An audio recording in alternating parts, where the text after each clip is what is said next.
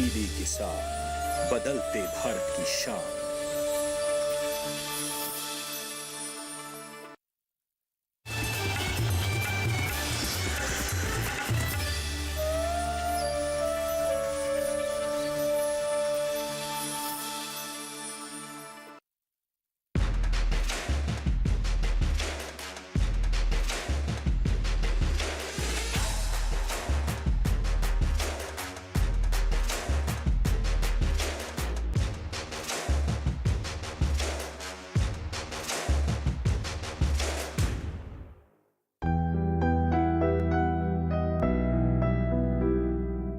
नमस्कार, स्वागत है आपका हमारे विशेष कार्यक्रम सरकार आपके साथ में। मैं हूं अंजू सिंह।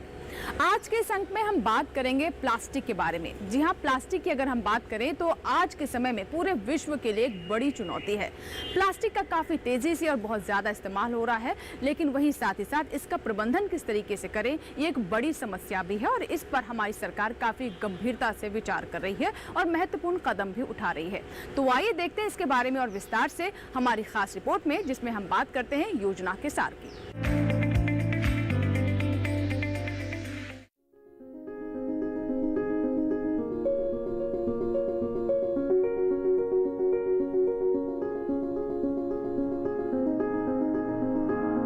धरती पर मौजूद ज्यादातर वस्तुएं सड़ गलकर मिट्टी बन जाती हैं, लेकिन प्लास्टिक के साथ ऐसा नहीं होता। ये ना सड़ता है ना गलता है, बल्कि हजारों साल तक ऐसे ही पड़ा रहता है। अगर इसे कचरे के ढेर पर या भराव वाली जगह पर फेंक दिया जाए, तब भी ये हवा और पानी के जरिए पर्यावरण में वापस आ जाता है। प्लास्टिक भूजल को दूषित और पानी निकलने वाले रास्तों को बंद कर देता है। चढ़ने के दौरान जब ये प्लास्टिक जानवरों के पेट में जाता है तो उन्हें बीमार कर देता है, बल्कि कई बार तो जानवरों की मौत का कारण भी बन जाता है। प्लास्टिक कचरा बहुत बड़ी चुनौती बनकर उभरा है, एक ऐसी चुनौती जिसके जिम्मेदार हम खुद हैं। भारत में हर साल करीब 35 लाख टन कचरा उत्पन्न होता है। केंद्रीय प्रदूषण नियंत्रण बोर्ड की 2019 और 20 की रिपोर्ट बताती है कि सबसे ज्यादा प्लास्टिक कचरा महाराष्ट्र में होता है, उसके बाद तमिलनाडु और पंजाब का नंबर है, जबकि प्रति व्यक्ति कचरा उत्पन्न करने के आंकड़े थोड़े अलग हैं। ये रिपोर्ट बताती है कि दिल्ली, केरल और गोवा में हर शख्स दूसरे राज्यों के लोगों के मुकाबले कहीं ज्यादा कचरा उत्पन्न कर रहा है। सबसे बड़ी समस्या सिंगल यूज यानी एक बार इस्तेमाल होने वाले प्लास्टिक की है। इसे लेकर सभी देश फिक्रमंद हैं। भारत सिंगल यूज प्लास्टिक को लेकर न सिर्फ बेहद गंभीर है, बल्कि जमीनी सतह पर इससे निपटने के लिए काम भी कर रहा है। 2019 में आयोजित चौथी संयुक्त राष्ट्र पर्यावरण सभा में भारत ने सिंगल यूज प्लास्टिक उत्पादों से जुड़ा एक प्रस्ताव पेश किया था, जिसे तुरंत स्वीकार कर लिया गया। प्रधानमंत्री Shri Narendra Modi single use plastic को चरणबद्ध तरीके से समाप्त करने का आह्वान कर चुके हैं। भारत सरकार का पर्यावरण, वन और जलवायु परिवर्तन मंत्रालय जमीनी और जलीय इकोसिस्टम पर बिखरे हुए प्लास्टिक के कचरे के प्रतिकूल प्रभावों को ध्यान में रखते हुए प्लास्टिक अपशिष्ट प्रबंधन संशोधन नियम 2021 लेकर आया। इस नियम में 2022 तक सिंगल यूज प्लास्टिक वस्तुओं पर प्रतिबंध लगाने की बात कही गई है। ऐसी वस्तुएं जो कम उपयोगी हैं और कचरे के रूप में बिखरने की ज्यादा क्षमता रखती हैं। 1 जुलाई 2022 से पॉलीस्टीरीन और विस्तारित पॉलीस्टीरीन समेत एकल उपयोग वाली प्लास्टिक सामानों के निर्माण, आयात, भंडारण, वितरण, बिक्री और उपयोग पर रोक लगाई जाएगी।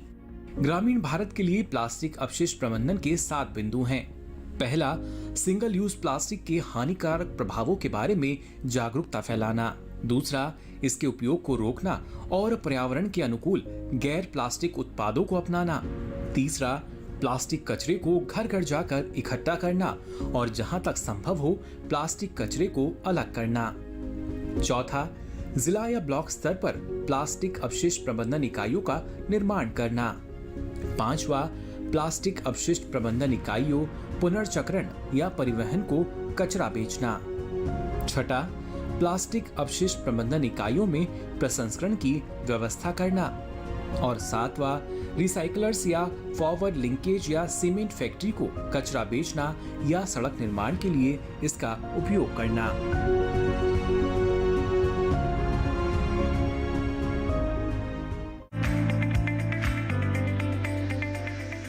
सरकार आपके साथ में फिलहाल वक्त एक छोटे से ब्रेक का, कहीं मत जाइएगा, बने रहे हमारे साथ।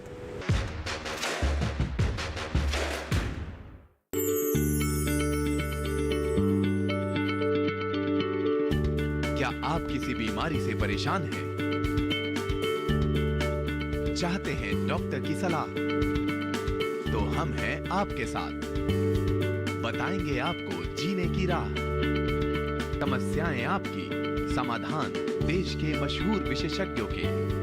घर बैठे बात करें देश के जाने माने डॉक्टरों से। हमारे लाइव प्रोग्राम स्वस्थ किसान में हर शनिवार शाम 6 बजे से 7 बजे तक। ब्रेक के बाद एक बार फिर आपका स्वागत है। आप देख रहे हैं हमारा विशेष कार्यक्रम सरकार आपके साथ, जिसमें आज हम आपको जानकारी दे रहे हैं कि कैसे हम प्लास्टिक का उचित इस्तेमाल कर सकते हैं और इसका प्रबंधन किस तरह से किया जा रहा है और सरकार इसको लेकर किस तरह के कदम उठा रही है। तो आइए जानते हैं किस तरीके से हमारे आम नागरिक और इसके अलावा सरकार के कदमों के साथ कदम मिलाकर आगे बढ़ सकते हैं ताकि ये समस्या समाधान में तब्दील हो सके। जानते हैं विशेषज्ञ से। प्लास्टिक आज के दौर में एक बहुत बड़ी समस्या है। अगर इसका उचित तरीके से इस्तेमाल किया जाए तो ये वरदान है, लेकिन अगर इसका हम दुरुपयोग करते हैं तो ये एक बहुत बड़ा श्राप भी है और इसीलिए बहुत स्तर पर इसे कम करने का और इसके इस्तेमाल को उचित तरीके से करने के लिए जागरूकता भी फैलाई जा रही है। और इसी दिशा में आज हम ये कार्यक्रम लेकर के आए हैं और तमाम जानकारी आप तक तो पहुँचा ही रहे हैं। हमारे साथ विशेष मेहमान हैं, उनसे हम बात करते हैं कि सरकार की तरफ से किस तरह के कदम उठाए जा रहे हैं। हमारे साथ अरुण बरोका जी हैं, जो कि विशेष सचिव हैं पेयजल और स्वच्छता विभाग, जल शक्ति मंत्रालय, भारत सरकार में। बहुत बहुत स्वागत है सर आपका कार्यक्रम में। नमस्कार, बहुत बहुत धन्यवाद। तो जैसे मैंने कहा कि प्लास्टिक जो कि एक वरदान भी है अगर सही तरीके से इस्तेमाल किया जाए, लेकिन हमारी धरती के लिए दम घोटने वाला भी है। किस तरह से कदम उठाए जा रहे हैं सरकार की तरफ से और कैसे इसे समझाया जा रहा है लोगों को कि प्लास्टिक का इस्तेमाल, चाहे वो गाँव हो या शहर हो, हम देख रहे हैं कि बहुत व्यापक होता जा रहा है।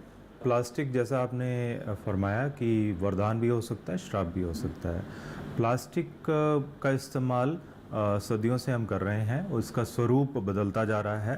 पहले जो प्लास्टिक मिलता था वो किसी भिन्न प्रकार का था। अब जो प्लास्टिक मिल रहा है उसके कई स्वरूप हैं। प्लास्टिक अगर उसकी थिकनेस के हिसाब से उसको कैटेगराइज किया जाए तो जो जितना पतला होगा उसको डिस्पोज करना उतना ही ज़्यादा कठिन हो जाता है। वातावरण के लिए, एनवायरनमेंट के लिए उतना ज़्यादा ही प्रॉब्लम क्रिएट करता है। तो इसलिए अगर उसकी कैटेगराइजेशन के हिसाब से देखा जाए, डिस्पोजेबिलिटी के हिसाब से देखा जाए, जो एनवायरनमेंट के नुकसान है, हमें पतले से पतले प्लास्टिक को हमें एलिमिनेट करना चाहिए। ये पतले से पतले प्लास्टिक हैं, इनको सिंगल यूज़ प्लास्टिक के रूप में कैटेगराइज कहा जाता है, SUP के नाम से। ये SUP ये हैं कि एक बार इस्तेमाल किया दोबारा उसको कहीं दोबारा से इस्तेमाल नहीं कर सकते in the form of recycling, reuse के में। तो हमें हमारा as a national policy single use plastic को कम से कम करना है, अल्टीमेटली इसको एलिमिनेट करना है जी। अब इसको डिफाइन करने के लिए हमारे पास में टेक्निकल पैरामीटर्स हैं कि थिकनेस कितनी हो, जिससे कि हम बिल्कुल। लेकिन अरुण जी, हम ये भी चीज़ जानते हैं कि पहले कहा जाता था कि शहरों में प्लास्टिक का इस्तेमाल ज़्यादा होता है, लेकिन हम देख रहे हैं गांव में चाहे कृषि हो, मल्चिंग के लिए और भी कई तरह के जो इक्विपमेंट्स हैं उनमें प्लास्टिक का इस्तेमाल होता है। गांव पर इस बारे में जागरूकता फैलानी और भी ज़रूरी हो जाती है, क्योंकि वहाँ पर उस तरह का सैनिटेशन का सिस्टम भी कई जगह पर नहीं होता। तो गांव को कैसे समझाएंगे, गांव के लोगों को किस तरीके से समझाया जाएगा कि कौन सा प्लास्टिक गुड प्लास्टिक है, कौन सा बैड प्लास्टिक है और प्रबंधन किस तरीके से किया जाए उसका? जैसा कि शहर में प्लास्टिक इस्तेमाल हो रहा है उसी प्रकार से गांव में भी हो रहा है, परंतु उसकी मात्रा काफ़ी कम है। ये अनुमान लगाया गया है कि शहरों में अगर 100 ग्राम इस्तेमाल होता है तो रूरल एरियाज़ में 10 ग्राम, लगभग 1/10वां हिस्सा ही इस्तेमाल होता है। ये क्वांटिफिकेशन, एस्टिमेशन है।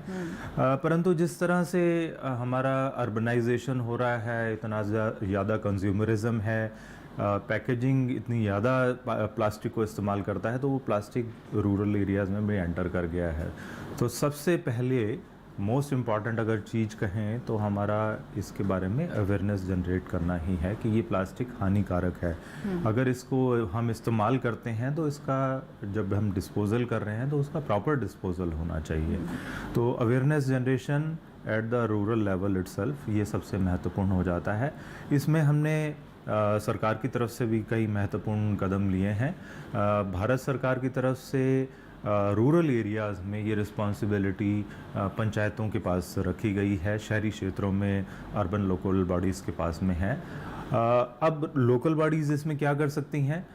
सबसे पहला कदम ये हो सकता है कि वो खुद रिजॉल्व करेंगे, साहब हम जो सिंगल यूज़ प्लास्टिक हैं उसका कम से कम इस्तेमाल करेंगे, उसको धीरे धीरे कम करेंगे। अगर इस्तेमाल हो भी रहा है तो हम उसको प्रॉपरली डिस्पोज करेंगे। ये तो पहला कदम हो गया, पासिंग ऑफ रेजोल्यूशंस। तो ये हमने ये पाया कि लगभग 1 लाख के करीब पंचायतों ने इसके ऊपर में रेजोल्यूशन पास किए हैं कि हम सिंगल यूज़ प्लास्टिक को मिनिमाइज़ करेंगे और इसको धीरे धीरे करके एलिमिनेट करेंगे।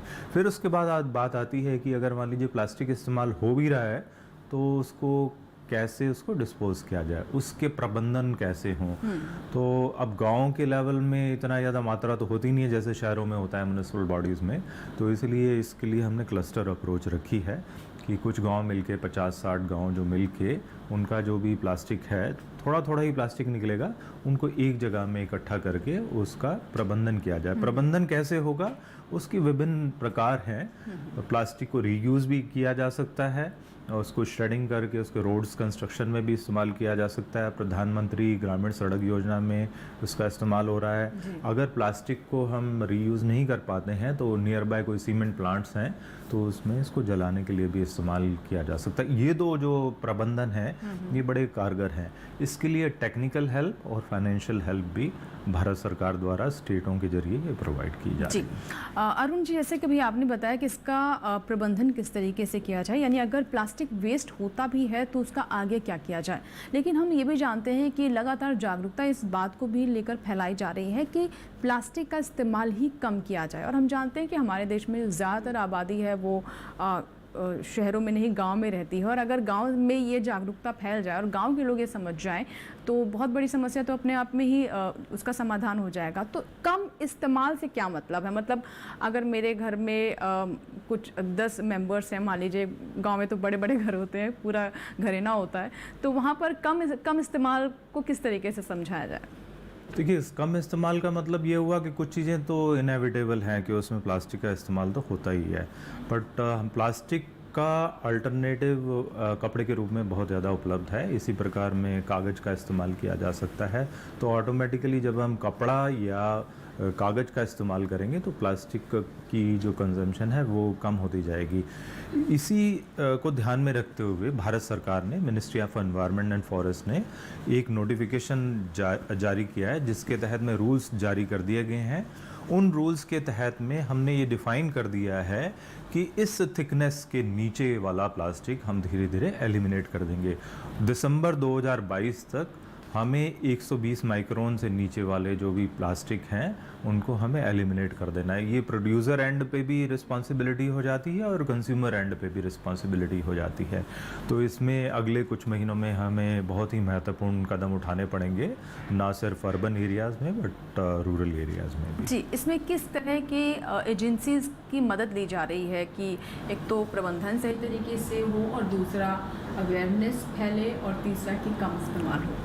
मैंने जैसे पहले बताया था कि अर्बन एरियाज़ में अर्बन लोकल बॉडीज़ की जिम्मेदारी है, यानी कि म्युनिसिपल कॉरपोरेशन, म्युनिसिपल बॉडीज़ की, और रूरल एरियाज़ में रूरल पंचायतों की, रूरल लोकल बॉडीज़ की जिम्मेदारी है।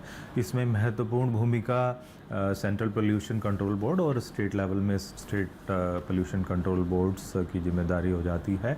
इसमें वो तय कर सकते हैं कि इस तरह अगर जो चीज़ बैन है उसका फिर भी इस्तेमाल होता है, किस तरह की पेनल्टीज़, फाइन्स वगैरह लगाई जा सकती हैं, वो तय करके वो उसका इम्पोज भी कर सकते हैं। और इन अर्बन लोकल बॉडीज़ और रूरल लोकल बॉडीज़ के ज़रिए उस फाइन को इम्पोज भी किया जा सकता है। जी। तो ये जो एक तंत्र है, इस तंत्र के जरिए हम इस सिंगल यूज़ प्लास्टिक को धीरे धीरे करके हम एलिमिनेट कर जी। सकते हैं। अरुण जी, क्या इसके लिए किसी तरह का बजट भी एलोकेट किया गया है कि इसे और तेज़ी से किया जा सके? जी। और बहुत जैसे कि आपने भी कहा कि गांव के स्तर पर भी काफ़ी काम किया जा रहा है, शहरों पर तो काम हो ही रहा था, लेकिन गांव के स्तर पर काफ़ी तेज़ी से काम बढ़ाया गया है। तो हम ना सिर्फ टेक्निकल हेल्प प्रोवाइड कर रहे हैं, जैसे कि पूरा मैंने डिटेल में बताया, परंतु इसके अलावा हमने फाइनेंशियल प्रोविजंस भी रखे हैं हर ब्लॉक के लेवल। जैसे हम क्लस्टर अप्रोच की बात कर रहे हैं, ब्लॉक में लगभग 100 के करीब ऑन एन एवरेज 100 के करीब गांव आ जाते हैं इंडिया में।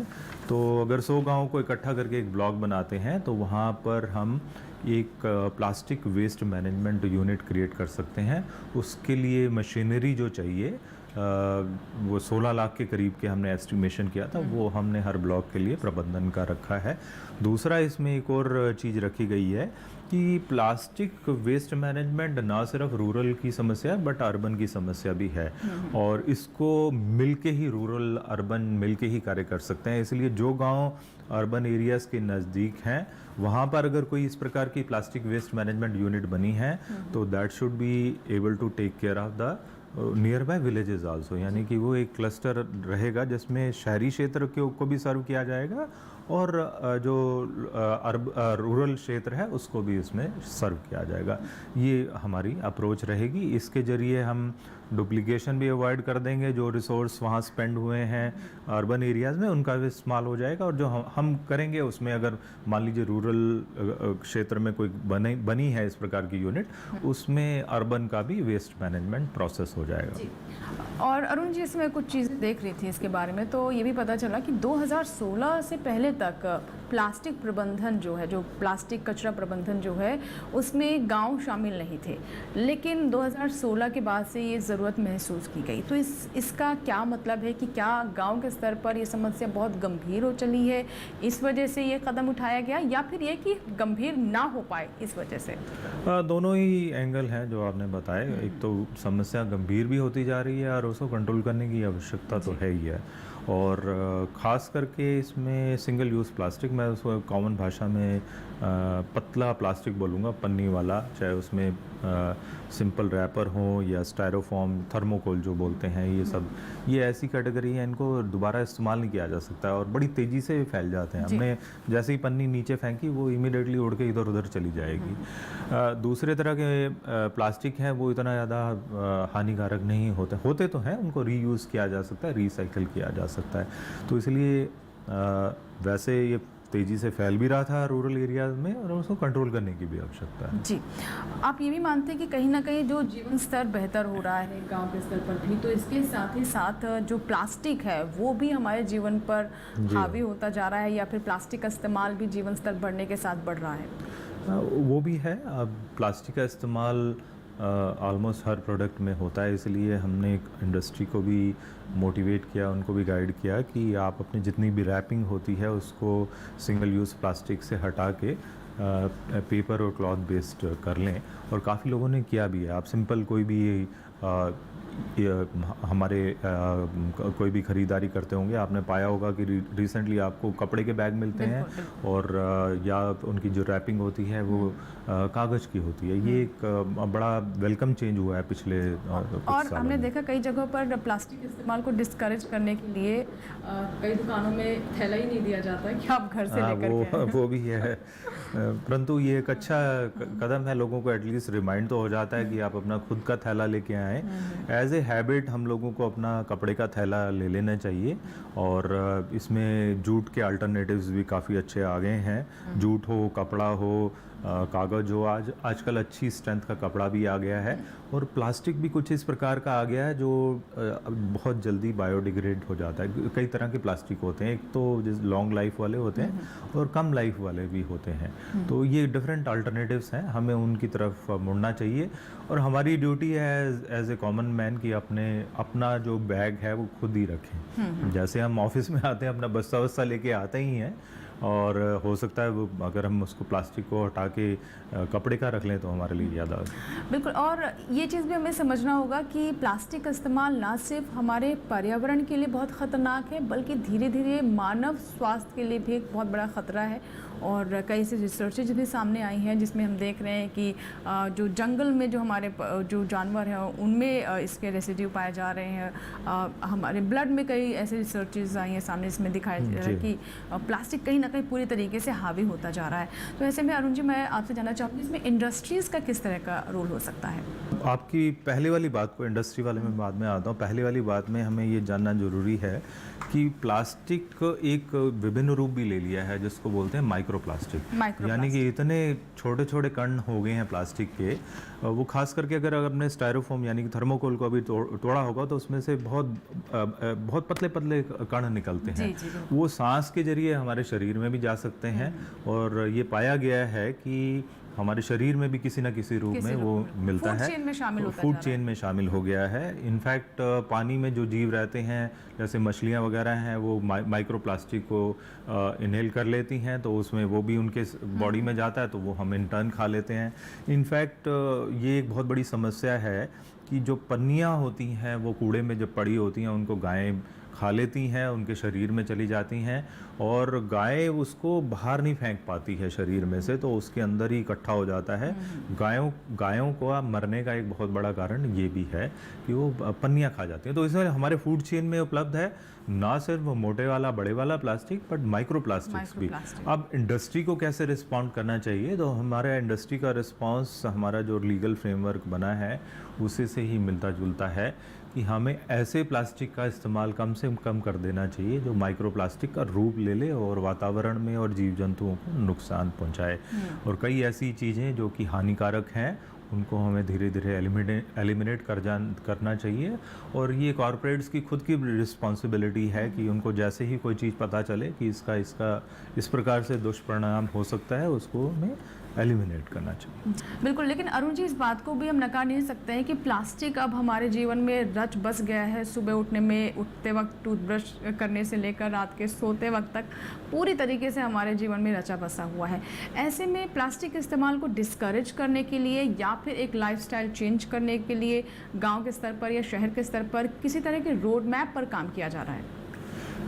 ये रोड मैप जो मैंने आपको बताया, पहला उसका रोड मैप का सबसे इम्पॉर्टेंट हिस्सा है क्रिएटिंग अवेयरनेस। हमें लोगों को में जागरूकता पैदा करने की आवश्यकता है कि हम इस प्रकार का प्लास्टिक का इस्तेमाल लॉन्ग टर्म में उसको ना करें पर शॉर्ट टर्म में उसको मिनिमाइज़ करें। पहली चीज़ तो ये हो गई। और जब हम मिनिमाइज़ करेंगे तो हमें कुछ अल्टरनेटिव्स का भी इस्तेमाल करना पड़ेगा। जैसे हमने अभी चर्चा की, अल्टरनेटिव्स कपड़े के रूप में हो सकता है, कागज़ के रूप में हो सकता है, नए किस्म के ऐसे प्लास्टिक में भी हो सकता है जिनकी लाइफ कम होती है, वो बायोडिग्रेड जल्दी हो जाते हैं। क्योंकि नॉर्मली अगर 800 साल तक प्लास्टिक पड़ा रहे तो वो बायोडिग्रेडेबल कैटेगरी में नहीं आएगा। तो इसलिए हम सेकंड हमारा इम्पॉर्टेंट स्टेप ये हो गया। फिर तीसरा एलिमेंट अगर हम बात करें तो हमें किस प्रकार, अगर हम इस्तेमाल कर भी रहे हैं तो हमें ऐसे वाला इस्तेमाल करना चाहिए जिसको रीयूज़ किया जा सके, रिसाइकिल किया जा सके और उसका प्रबंधन भी हम कर लें। तो चाहे रूरल एरियाज़ में हो चाहे अर्बन एरिया में हो।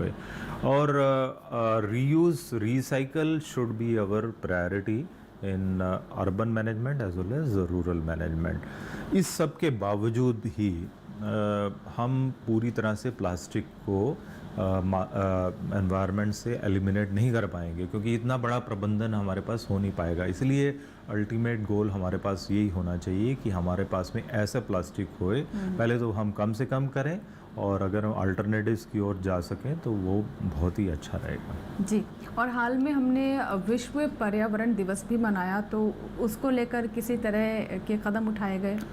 हाँ जी, विश्व पर्यावरण दिवस में हमने सबसे पहला कदम जो हमारा है कि अवेयरनेस जनरेशन के लिए हमने सभी गाँव में रेजोल्यूशन पास करने के लिए और अवेयरनेस जनरेशन के लिए कैंपेन चलाया। वो हमारा काफ़ी सक्सेसफुल रहा, लोगों में इसमें जागरूकता भी पैदा हुई है। और हमने साथ के साथ में इसके प्रबंधन के, प्लास्टिक के प्रबंधन के लिए एट द ब्लॉक लेवल कार्य करने के लिए लोगों को प्रेरणा दी है। सभी राज्यों ने अपने एनुअल एक्शन प्लान में in plastic waste management units का टारगेट्स हमें दिए हैं हम चाहेंगे कि सभी ब्लॉक्स में ये कार्य हो जाए और अर्बन लोकल बॉडीज़ के साथ भी मिलके उसके ऊपर में कार्य किया जाए। तो ये हमारी शुरुआत हो चुकी है, आने वाले समय धीरे धीरे इसमें कार्य बढ़ेगा। जी, हमसे बात करने के लिए बहुत बहुत धन्यवाद और इतने विस्तार से आपने बताया कि सरकार की तरफ से किस तरह के कदम उठाए जा रहे हैं और साथ ही नागरिक और हमारे किसान अपने स्तर पर किस तरह के प्रयास कर सकते हैं ताकि ख़ास तौर पर जो सिंगल यूज़ प्लास्टिक है, जो पतला पन्नी वाला प्लास्टिक है, इसका इस्तेमाल कम से कम करें क्योंकि यही सबसे ज़्यादा ख़तरनाक है। रिसाइकल में भी इसमें बहुत तरह की समस्या आती हैं और ये लंबे समय तक हमारे पर्यावरण में बना रहता है। तो आप अपने स्तर पर भी इस जिम्मेदारी को निभाएं और प्लास्टिक का कम से कम इस्तेमाल करें। इसी के साथ ही यहाँ लेंगे आपसे इजाज़त, लेकिन अगर आपके कोई सुझाव हैं, कोई सवाल हैं तो आप हमें ईमेल कर सकते हैं। हमारा ईमेल पता है sarkaraapkesath@gmail.com। आप चाहे तो हमें फेसबुक के माध्यम से भी संपर्क कर सकते हैं। फेसबुक पर जाएं, सर्च बॉक्स में सरकार आपके साथ टाइप करें, हमारा पेज फॉलो करें और अपने सवाल साझा भी कर सकते हैं।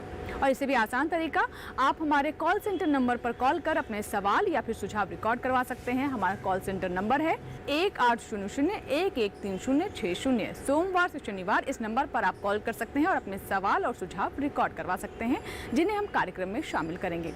इसी के साथ ही यहाँ लेंगे आपसे इजाज़त, लेकिन जाते जाते आपको बता दें कि अब आप हमारा ये कार्यक्रम हमारे YouTube चैनल पर भी देख सकते हैं।